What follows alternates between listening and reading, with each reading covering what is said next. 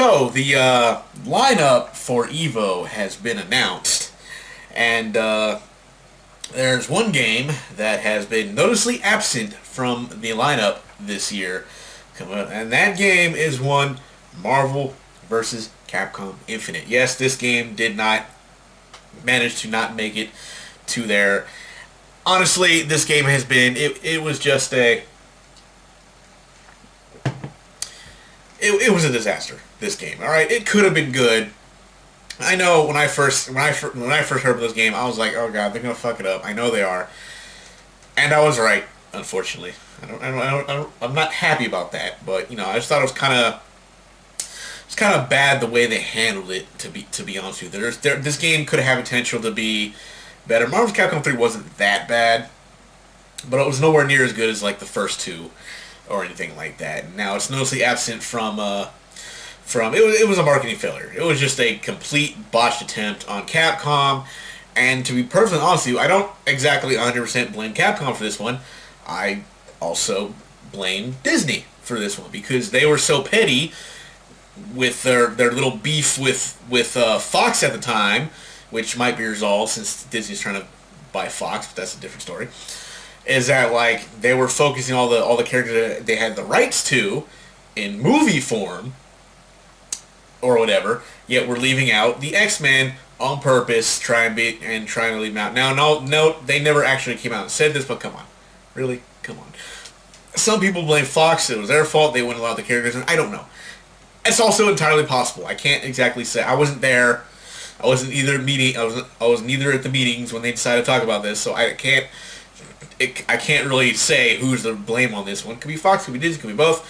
Because at the time, the motherfuckers couldn't get along, and it was affecting the games. So that's one thing to think about. And people are upset about this, and I gotta ask, why?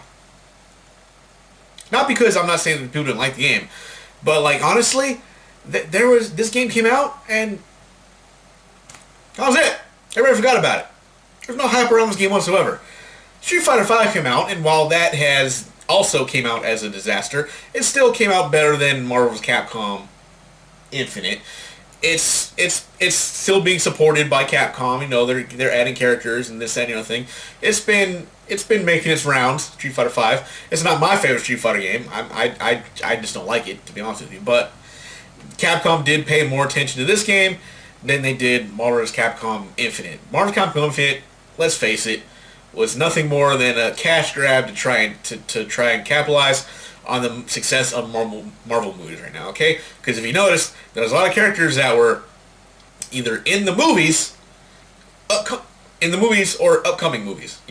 Like Captain Marvel is in the game, and she's got a movie coming out and stuff like that. Black Panther was gonna be a DLC character. I don't know why they couldn't just put him in the game to begin with, but he was a DLC character. I don't even know if he came out yet. He might have. If he didn't, he's probably going to come out like this week, because the movie coming out at the time of making this video, the movie's like a few days from coming out in the theaters and stuff like that. So he had all movie characters and stuff like that. They were trying to push the movie narrative through here, and the developers said a lot of stupid things. Probably not because they believed it, but because they had to say something and keep their jobs. So they had to say things like, well, maybe gamers don't, maybe modern Marvel fans don't remember who the X-Men are. Come on, really? I think even when he said that, he knew it wasn't gonna fly, but he had to say something. He couldn't just outright say, well, Disney said no. I was like, come on, the dude was trying to keep his job, so I'm not gonna sit there and try to. I was kind of mad at him at the time, but you think about it, it's like the poor dude's just trying to keep his job, so I can't really be mad at him for saying that. But he could have said something better at least. But I think like he had to come up with something on the fly, and the best thing he came up with in a panic was like, maybe they don't remember X-Men or something like that. So it's probably something I would do the same too. Because.